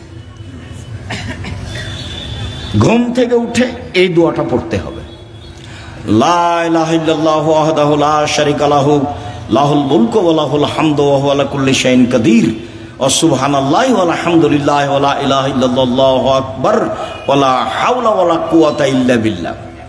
অবশ্য জাবের রাদিয়াল্লাহু তাআলা আনহু বলেন, আল্লাহর নবী বলেছেন, মা মিন মুসলিমিন ইয়াবিতু আলা যিকরিল্লাহি তাহিরান, কেউ যদি ওযু করে ঘুমায়, দোয়া পড়ে ঘুমায়, ওযু করে ঘুমায়, দোয়া পড়ে ঘুমায়, এখন ঘুম থেকে উঠে আল্লাহর কাছে যা চাইবে সেটা দিয়ে দিবেন। মা ইয়াসআলু মিন খাইরিন মিন আমরি দুনিয়া ওয়াল আখিরাহ, ইহকাল পরকালের যেটা চাইবেন সেটা দিয়ে দিবেন, যেটা চাইবেন সেটা দিয়ে দিবেন। এই কথাটা লাগানো আছে ওযু করে ঘুমাতে হবে। কি করে ঘুমাতে হবে? ওযু করে ঘুমাতে হবে। জি উপস্থিত দিনী মুসলিম বোন, বুঝতে পারছেন কিছু? না হইচই করে এসেছেন আর হইচই করে যাচ্ছেন? কিছু আল্লাহকে ডাকতে শিখুন, বলতে শিখুন। আল্লাহ রাসূল বলছেন যে কুরাইশদের মহিলারা সবচেয়ে উত্তম। কেন? দুইটা কাজে তারা বেশি আগ্রহী, যত্নবান। এক, নিজের ছেলেকে লালন পালনে তারা খুব যত্নবান, এই জন্য সবচেয়ে ভালো। দুই, স্বামীর সম্পদকে হেফাজতে খুব সতর্ক, এই জন্য ভালো। আল্লাহ রাসূল বললেন যে একজন মহিলা ভালো হতে পারে তার দুইটা গুণে। এক, বাচ্চাকে ভালোভাবে লালন পালন করে। দুই, স্বামীর অর্থ সম্পদকে ভালোভাবে দেখাশোনা করে, নষ্ট করে না। যখন আল্লাহ রাসূল বলেন খায়রুন নিসায়ে, সবচেয়ে উত্তম নারী কে? এক, স্বামীর সাথে কথা বললে হাসি মুখে বলে। দুই, স্বামী আদেশ করলে পালন করে। তিন, স্বামী যখন বাড়িতে থাকে না তখন নিজেকে হেফাজতে রাখে আর স্বামীর অর্থ সম্পদ হেফাজতে রাখে। ভালো নারী কিভাবে সংসার করেন জানা নাই। আপনার জীবনে আমার পক্ষ থেকে দুইটা উপদেশ থাকছে। একটা হলো স্বামীর সামনে অভিমান করবেন না, অভিমান নেই। অভিমান বলে কোনো জিনিসই নেই। অভিমান করলেই শয়তান আপনার ক্ষতি করবে। অভিমান কি? অভিমান আমাকে স্বপ্নপুরী দেখাতে নিয়ে গেল না। অভিমান কি? নাটোরের রাজবাড়িটা আমাকে একদিন দেখতে নিয়ে গেল না। অভিমান কি? এই কুরবানিতে একটা শাড়ি দিল না। এগুলো অভিমান। অভিমান করলেই শয়তান সুযোগ পায়। আর যদি আপনি বলতে শিখেন যেভাবে আপনি রাখবেন আমি সেভাবেই খুশি। মোটা কাপড়ে আপনি খুশি তো আমি খুশি, চিকন কাপড়ে আপনি খুশি তো আমি খুশি। আমার পক্ষ থেকে প্রতিবাদ নেই, অভিমানও নেই। তো শয়তান কি করবে তাহলে? তো শয়তান মুখ বন্ধ করে সরে যাবে। আর যদি খালি অভিমান করেন আর যদি পূর্ণ না করে থাকে, তাহলে সারা রাত শয়তান আপনাকে বলবে হলো হলো 3 মাস আগে একটা কথা বলেছিলি সেটাও মানেনি, গত রমজান একটা শাড়ি চেয়েছিলি সেটাও মানেনি, হলো। তোর কোনো কথাই মানবে না। তখন ঘুম থেকে উঠেও বলে যে তোর সংসারই করবো না, যা তুই আমাকে বাদ দে, তুই সংসারই করবো না, এখনই ছেড়ে দে, এখনই ছেড়ে দে, আমি তোর সংসার করব না। তখন এ নিরুপায় হয়ে বলে যে যা তাহলে করবি না তো কি করবো, আর 1 তালাক 2 তালাক 3 তালাক যা। যেমন 3 তালাক বলা হয়েছে তখন আর শয়তান নেই, চলে গেছে। এখন দুইজনই ফ্রি। ইন্না লিল্লাহি ওয়া ইন্না ইলাইহি রাজিউন। এইবার ছেলে মেয়ে 3টে, যে খুব ঝামেলা। কয়দিন পরে দেখবেন স্বামী কাঠগড়ায় একদিকে আর স্ত্রী কাঠগড়ায় একদিকে। কয়দিন আগে একসাথেই ছিল। অভিমান করবেন না জীবনে। আপনি আমার দিনই বোন, আপনাকে আমি খাটো করতে আসিনি। অভিমান নেই আর প্রতিবাদ নেই। তুমি এই কথা বললে কেন? তোমার মা আমাকে কথা বললো কেন? তোমার বাপ আমাকে কথা বললো কেন? তুমি তোমার মায়ের কথা আমি শুনতে এসেছি? এরকম কোনো কথা চলবে না। ধৈর্যের পরিচয় দিতে হবে, সহ্য ধৈর্যের পরিচয় দিতে হবে, তাহলে সংসার সুন্দর হবে, শয়তান সুযোগ পাবে না। আর আপনাকে বলি, আপনি কোনো সময় মুখ খারাপ করিয়েন না। যখন সাহাবীগণ বললেন আল্লাহর নবী আমরা স্ত্রীদের কি হক আদায় করতে পারি, ওরা আমাদের কাছে কি পায়, আল্লাহ রাসূল 1 নম্বরে বললেন আতেমা মাতায়েম পা তুতেমা মাতায়েম তা, তুমি যেভাবে খাও সেভাবে খাওয়াবা। খাওয়া দিয়ে কথা শুরু। তাকসুয়া মাক্তাসাইতা, তুমি যে মানের কাপড় পরো সেভাবে পরাবা। ওলা তুকাব্বে, কটু কথা বলবো না, গালি দিতে হয় না স্ত্রীকে, মারতে হয় না, নিন্দা করতে হয় না, গালি দেওয়া হবে না, সমস্যা আসতেই পারে। আল্লাহ রাসূল বলছেন ওকে বাঁকা হাড্ডি দিয়ে সৃষ্টি করা হয়েছে, আপনি জোর করে সোজা করতে চাইলে ভেঙে যাবে, ভেঙে তালাক। আপনাকে ধৈর্যের পরিচয় দিতে হবে। আর তালাক দিয়ে নিজেকে খুশি করিয়েন না, তোকে জব্দ করেছি তালাক দিয়ে, এইটা দিয়ে খুশি করিয়েন না। অন্য পথ দিয়ে খুশি করেন, নিজেকে সান্ত্বনা দেন, তালাক দিয়ে নয়। মানে বেগুনের গাছে আছে 2-3টা বেগুন আছে, 2টা নিয়ে গেলেন, এখনো গাছটা আছে, আর মোলায়ের গাছটা তো গোটাটাই শেষ। তালাক দিলে সবই শেষ। তো যারা বলেছে 1 বৈঠকে 3 তালাক, তো রাগে তো বলেছে তোকে 1 তালাক, তোকে 100 তালাক দিলাম যা। তো তারা তো আরো বেকায় দেয়। আব্দুর রাজ্জাক সাহেব নাহি বলেছেন যে 1 বৈঠকে 3 তালাক, 1000 তালাক দিলে 1 তালাক, তবুও তো তালাক হয়েছে। স্ত্রীকে তালাক দিয়ে নিজেকে খুশি করিয়েন না, ভুল হিসাব। ধৈর্যের পরিচয় দেন, সংসার ভালো হবে। আর আপনি আমার দিনই বোন, একটু কিছু হলে বলবেন না তোর সংসার করবো না, তুই তালাক দিয়ে দে, তোর সংসার করবো না, তুই তালাক দিয়ে দে, তোর সংসারে থাকবো না, তুই আমাকে রেখেছিস কেন, এত কথা কেন আপনার? ধৈর্যের পরিচয় দেন। যখন শুধু খালি আমার কাছে যত ফতোয়া আছে তার শতকরা 70 থেকে 75% ফতোয়া আছে তালাকের। মানুষের জীবন এখন তালাক দিয়ে চলছে। একটু রাগ করলেই ও শান্তি পাচ্ছে কি দিয়ে, তালাক দিয়ে। ও বলছে তুই তালাক দিয়ে দে, আর এ বলছে তোকে তালাক দিলাম, তোকে তালাক দিলাম। তালাক তো দেওয়া আল্লাহর বিধান, তারপর বলছে ক্ষমা চেয়েছি। ওকে হুজুর নাকি বলেছে যে তালাক দিয়ে ক্ষমা চেয়েছে, তার মানে হুজুরকে ক্ষমা চাইতে হবে আল্লাহর কাছে। তালাক দিয়েছে সেটা তো আর পাপ নয়, সেখানে ক্ষমা চাইতে হবে কেন?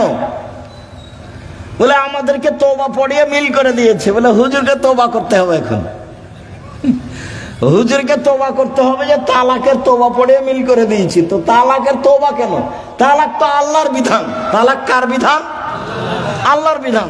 তাল্লিকুহুন্না লিইদ্দাতিহিন্না, পৃথিবীর মানুষ, তোমরা তোমাদের স্ত্রীকে তালাক দাও যখন সে ইদ্দা থেকে পবিত্র হয়েছে, সংসার না চললে তালাক দাও, ওটা আল্লাহর নবীও বলছেন। তো সেখানে পাপ হলো কি করে যে তোবা পড়িয়ে তাদেরকে একসাথে করে দিল? তালাক তো একটা বিধান। মানুষের সংসার শেষ পর্যন্ত যদি নাই চলে তাহলে এই পথে ফিরে আসতে হবে। সম্মানিত দিনী ভাই বোন, বলছিলাম, এক, মানগত খাবার দিবেন। দুই, মানগত কাপড় দিবেন। তিন, গালি দিবেন না, নিন্দা করবেন না। চার, কটু কথা বলবেন না, মারবেন না। পাঁচ, নিজের বাড়ি ছাড়া কোথাও থাকতে দিবেন না। আপনার বাড়িতে থাকবে, আপনার স্ত্রীটা যে আপনার মাথায় থাকে যেন, হাট বাজারে তাকে যেতে হবে না। আর আপনি মহিলা মানুষ হাটে যান কেন, বাজারে যান কেন? আপনার স্বামী মরেছে, দেবর মরেছে, ভাসুর নেই, দেবর নেই, শ্বশুর নেই, বাপ নেই। যেদিনই কোনো শিক্ষক আমাকে বলে আব্দুর রাজ্জাক সাহেব 2 দিন ছুটি নিতে হবে, কেন? আমার ছেলের আঁকিকা। তখন আমি বলছি আপনার বাপ আছে? বলে হ্যাঁ আছে। শ্বশুর আছে? হ্যাঁ আছে। তো কি ব্যাপার, বাপের সাথে কথা হয় না নাকি? বলে হ্যাঁ হয়। তো আঁকিকার জিম্মেদারি আপনার মাথায় কেন? আপনার বাপের সাথে সম্পর্ক কেমন? আপনি টাকা দিয়ে বলেন আব্বা এটা খাসি কিনে নিয়ে আসেন, 2টা খাসি কিনে নিয়ে এসেন, আঁকিকা দেন, আপনার বাপও খুশি হবে। হ্যাঁ বেশ, আমার আর ছেলে আমাকে বলেছে ছেলের কাজ করতে বাপকে খুব ভালো লাগবে, তে মাতাব্বরি করতে যাচ্ছে। বাপ মা তো আছে, শ্বশুর শাশুড়ি তো আছে, দেবর ভাসুর তো আছে, গোটা বংশ আছে, বোনের ছেলে আছে, ভাইয়ের ছেলে আছে, দেবর আছে, ভাসুর আছে, শ্বশুর আছে, বাপ আছে। তো আপনি কেন বাজারে গেলেন? কেন যাবেন? কেন যাবেন আপনি? আপনার পা বড় হলো কেন? কে বলেছে আপনি পরহেজগার? আপনার গায়ে তো ফ্যাশন বোরকা দেখা যায়। আপনি হাটে বাজারে ঘুরে বেড়ান, স্বামীর সাথে মুখামুখি কথা বলেন, এরর সাথে কথা বলেন, আপনি পরহেজগার? কে বললো আপনি পরহেজগার? মৌলিক হিসাব দেখবেন, তাকওয়া 1 মিনিট, এই ছেলে খেয়াল করে এদিকে তাকওয়া পরহেজগারিতে দেখাচ্ছে। যা জিবরাইল ইলান নবী সাল্লাল্লাহু আলাইহি সাল্লাম, জিবরাইল নবীর কাছে আসলেন। নবীর কাছে এসে বলছেন হাজিহি খাদিজা, এই যে খাদিজা, এই যে খাদিজা আতাত, এই যে আসছে, এই যে খাদিজা আসছে, মাহা এনাউন, তার সাথে আছে একটা পাত্র, ফিহে এদামুন ওয়া তম, তাতে আছে তরকারি, তাতে আছে খাদ্য, তাতে আছে তরকারি, তাতে আছে খাদ্য। ও আপনার কাছে এটা নিয়ে আসছে। শোনেন, মুহাম্মদ সাল্লাল্লাহু আলাইহি সাল্লাম জিবরাইল বলছেন। কে বলছেন বলেন তো? জিবরাইল বলছেন। কাকে বলছেন? আমাদের নবী মুহাম্মদ সাল্লাল্লাহু আলাইহি সাল্লাম বলছেন, ফাকরা আলাইহা সালামা মিন রাব্বিহা ওয়া মিন্নি, ওকে বলে দেন খাদিজা আল্লাহ তোমাকে সালাম দিয়েছে। খাদিজা, জিবরাইল তোমাকে সালাম দিয়েছে।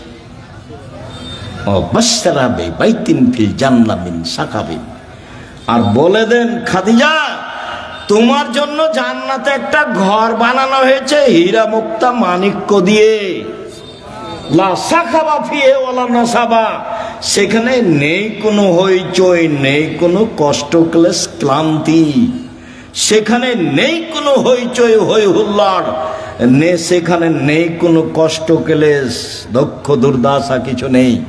বলে দেন 3টা কথা। 1, খাদিজা আল্লাহ তোমাকে সালাম দিয়েছে। 2, খাদিজা জিবরাইল তোমাকে সালাম দিয়েছে। 3, খাদিজা তোমার জন্য একটা জান্নাতে ঘর বানানো হয়েছে, জিবরাইল বললেন আমাকে। দেখলেন খাদিজা একজন মহিলা মানুষ, কি করেছেন, কি করেন এমন? খাদিজা কি করেন এমন? আব্দুর রাজ্জাক সাহেব সেই তো আমরা তো বুঝতে পারছি না কি করেন এমন। তাহলে দেখি আরো 2টা কথা বলি আপনার সাথে, দেখি কিছু ধরা পড়ে নাকি। ইব্রাহিম আলাইহিস সালাম তার স্ত্রী সারাকে নিয়ে এক এলাকা পার হচ্ছিলেন। ইব্রাহিম সালামের স্ত্রী পৃথিবীর ইতিহাসে সবচেয়ে সুন্দরী মহিলা সারা, এ কথা মুহাম্মদ সাল্লাল্লাহু আলাইহি সাল্লাম বলেন। তো ইব্রাহিমকে বলা হলো যে আপনার স্ত্রীকে স্বৈরাচার সরকার ডেকে পাঠিয়েছে। তো ইব্রাহিম আলাইহিস সালাম চেষ্টা করলেন, কিন্তু রক্ষা হলো না। পৃথিবীর দ্বিতীয় মহামানব ইব্রাহিম আলাইহিস সালাম শেষ পর্যন্ত বললেন, যাও, স্বৈরাচারী সরকার তোমাকে ডেকে পাঠিয়েছে, যাও। তো ভিতরে ঢুকতেই ওই স্বৈরাচারী সরকার দাঁড়িয়েছে, হাত বাড়িয়েছে, গায়ে হাত লাগাবে সেই জন্য। তখন সারা বলছেন, এই থামো, আগে অজু হবে, 1 2 রাকাত সালাত হবে, তারপরে কোনো কথা। অজু করে 2 রাকাত সালাত আদায় করে বলছে, আল্লাহুম্মা, হে আল্লাহ, ইন কুনতু আমানতু বিকা ওয়া রাসূলিকা, আমি সারা যদি তোমাকে মেনে নিয়ে থাকি যে তুমি আল্লাহ, আমি সারা যদি তোমার নবী ইব্রাহিমকে নবী বলে মেনে নিয়ে থাকি, যে ইব্রাহিম নবী আমি মেনে নিলাম। 3, আমার জিন্দেগিতে যদি আমি আমার লজ্জা স্থানকে আমার স্বামী ছাড়া কাউকে ব্যবহার করতে না দিয়ে থাকি, এই কথা 3টা যদি আমার সত্য হয়ে থাকে, নির্জনে এই স্বৈরাচারী শাসক যেন আমার গায়ে হাত লাগাতে না পারে। কথা শেষই হয়নি, উল্টে পড়ে গেছে। ও দেখলেন না ঈমানের দাবি কেমন? পারবেন?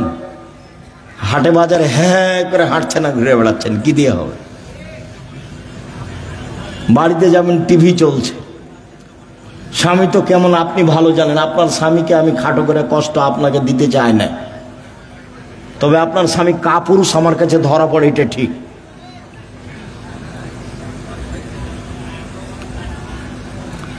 আপনি আমার দিনী বোন, এদিকে দেখেন, বেশি কিছু আমল নয়।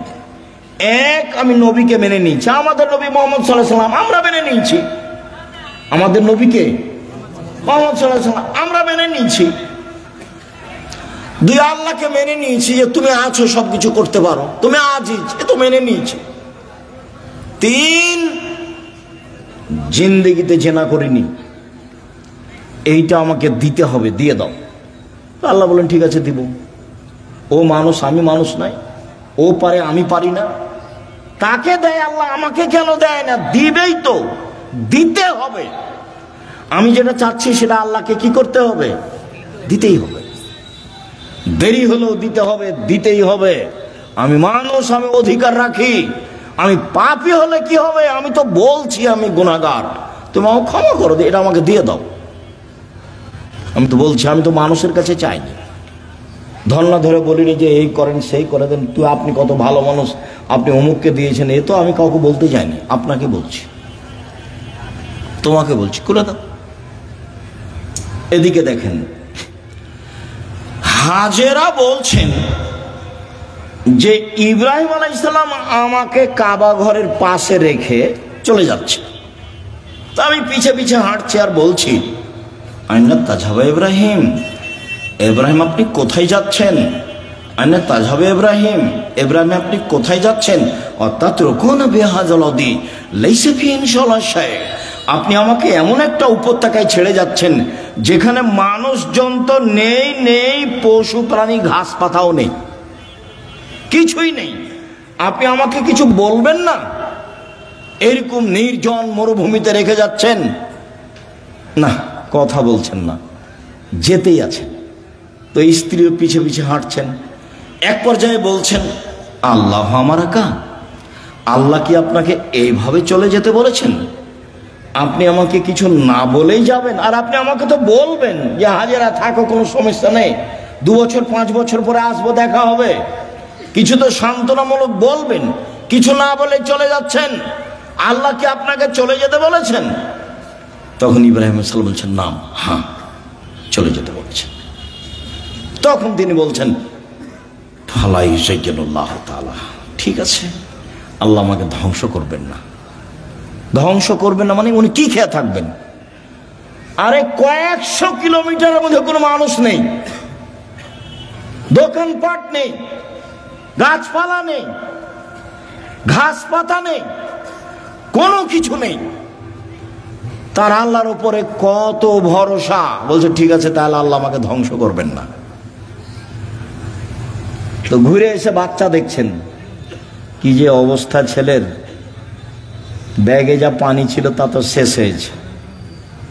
কি যে হয়, সাফা পাহাড়ে উঠলেন, কোথাও পানির পথ নেই, দৌড়িয়ে নেমে মারোয়াতে গেলেন, কোনো পথ নেই।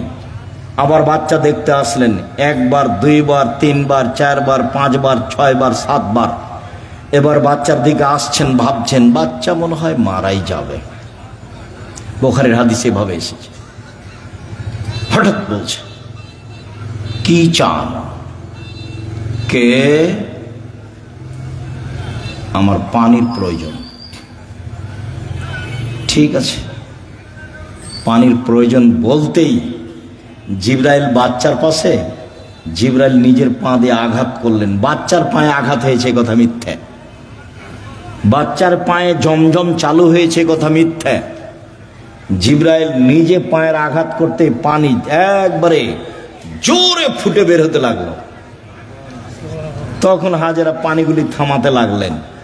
জম জম মানে থামো, উনি বাঁধ দিয়ে পানিগুলো থামাচ্ছেন। আল্লাহ রাসূল বলছেন যদি হাজেরা পানি না থামাতেন তাহলে জমজমের পানি সারা পৃথিবীতে ছড়িয়ে পড়ত। এভাবে রাসূল সাল্লাল্লাহু আলাইহি ওয়াসাল্লাম বলছেন। আপনি মহিলা মানুষ নিরাশা হন কেন? আব্দুর রাজ্জাক সাহেব শোনেন, অনেক কথা ছিল আপনার সাথে, তো আপনার সাথে তো কথা বলতে পারি না। তো একটা কথা, সব সময় আপনার কথার মাঝে একটা কথা ফুটে উঠে যে মহিলারা জান্নাতে যাবেই। 1 5 ওয়াক্ত সালাত, 2 রমজান মাসের সিয়াম রোজা, 3 স্বামীকে মেনে চলা, 4 জেনায় লিপ্ত না হওয়া। তো আমাদের তো এরকম ঘটে গেছে, এখন কি উপায়? চিন্তা করবেন না, চিন্তার কিছু নেই। বুখারী মুসলিমের হাদিস থেকে আপনাকে পরামর্শ দিয়ে আলোচনা শেষ করবো ইনশাআল্লাহ। 1, আপনি আজ থেকে বন্ধ করেন, কোনো ছেলে যদি আপনার সাথে কথা বলতে চায় তাহলে আপনি বলবেন ইন্নী আখাফুল্লাহ, আমি আল্লাহকে ভয় করি।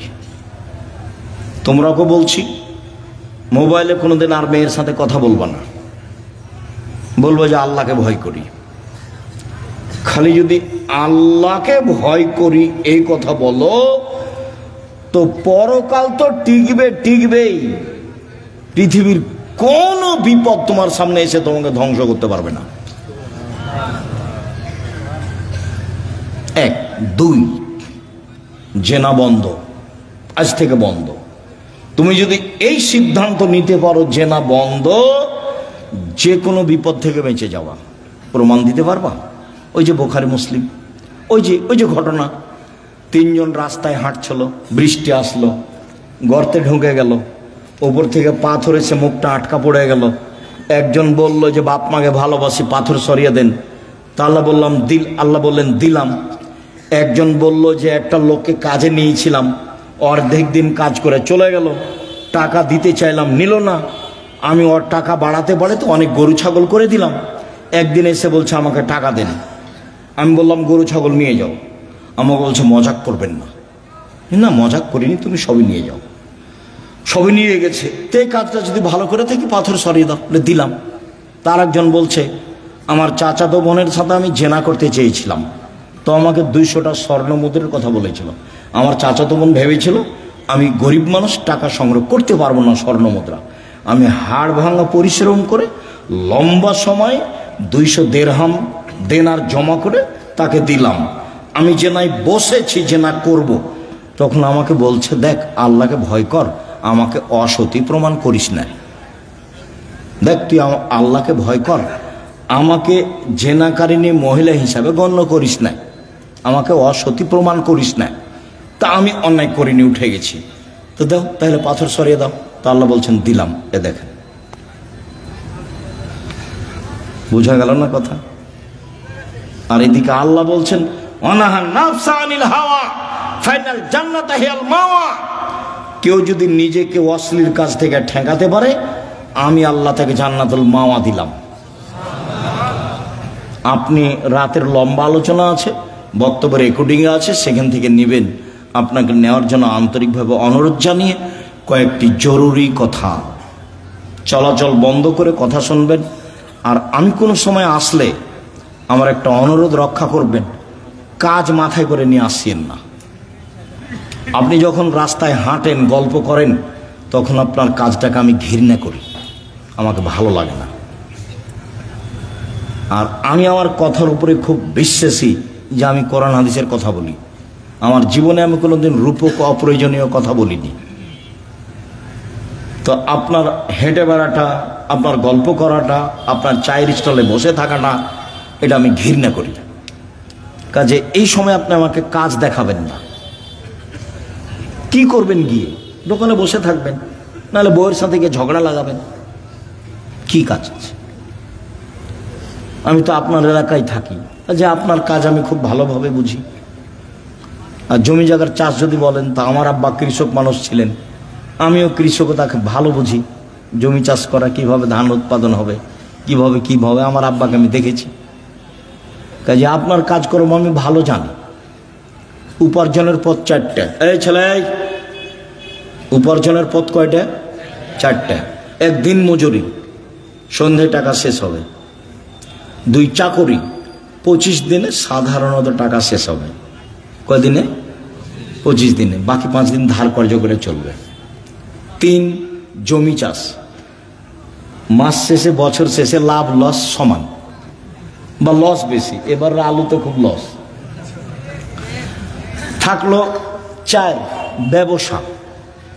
তখন আল্লাহ রাসূল বলছেন, সত্যবাদী বিশ্বস্ত ব্যবসায়ীরা নবীর সাথে থাকবে। তাহাজ্জুদ পড়ে থাকা যায় না। 2টা মেয়ের লালন পালন করলে নবীর সাথে থাকা যাবে। 2টা মেয়ের, 3টে মেয়ের লালন পালন করলে নবীর সাথে থাকা যাবে। একটা সহজ পথ নবীর সাথে থাকার। কি? সত্যবাদী বিশ্বস্ত ব্যবসায়ী। আমি বলিনি এই কথা, এই কথা মুহাম্মদ সাল্লাল্লাহু আলাইহি ওয়াসাল্লাম বলছেন। আত-তাজির আস-সাদিক আল-আমিন এখনো ইয়ামাল কিয়ামা শুহাদা সিদ্দিকুন নবী ও নবী। সত্যবাদী বিশ্বস্ত ব্যবসায়ীরা বিচারের মাঠে সিদ্দিক, শুহাদা, নবীদের সাথে থাকবেন। এটা আমার মুখের কথা নয়। 2 আর তিজারাত মাল কিজবল হালাফ, ব্যবসাতে মিথ্যা কথা এসে যায়, ব্যবসায় কসম চলে আসে। ফাসুবহু বিসাদকা, দান করে মিটিয়ে দাও। তো দিন মজুরি করলে তো দান করতে পারবেন না, ও তো সন্ধ্যায় টাকা শেষ হয়েছে। চাকরি করলে তো 25 দিনে গেছে, কয়েকদিন ধার কর্জ করে গেছে। আর জমি চাষ করলে তো লাভ লস সবাই বুঝে। তাহলে কিছু করতে হলে কি করতে হবে? ব্যবসা। রিস্ক নিয়ে ব্যবসা করতে হবে, পিছু হটার কোনো সুযোগ নেই। আব্দুর রাজ্জাক সাহেব, আমি করেছিলাম 10 লাখ টাকা লস, চিন্তা করবেন না, পিছু হটার সুযোগ নেই, ব্যবসায় করতে হবে। তবে যে ব্যবসা ধরে আছেন সেটাকে সহজে বাদ দিয়ে আরেকটা করতে যাবেন না, ওটা আল্লাহ রাসূল না করেছে। হ্যাঁ, এইটার চেয়ে একটা ভালো ব্যবসা আপনি বুঝতে পারছেন আপনার বিদ্যা বুদ্ধি দিয়ে, তখন ওটা শুরু করবেন। একটা টোটালি ছেড়ে দিয়ে আরেকটা যাবেন না, নাহলে মায়ের খাওয়ার সম্ভাবনা আছে। তাহলে রুজি উপার্জনের সবচেয়ে উত্তম পথ কোনটা? ব্যবসা। আমি চকলেট দিয়ে ব্যবসা করতে বলিনি, আমি বলেছি সবচেয়ে কম পয়সার ব্যবসা কি? চকলেট।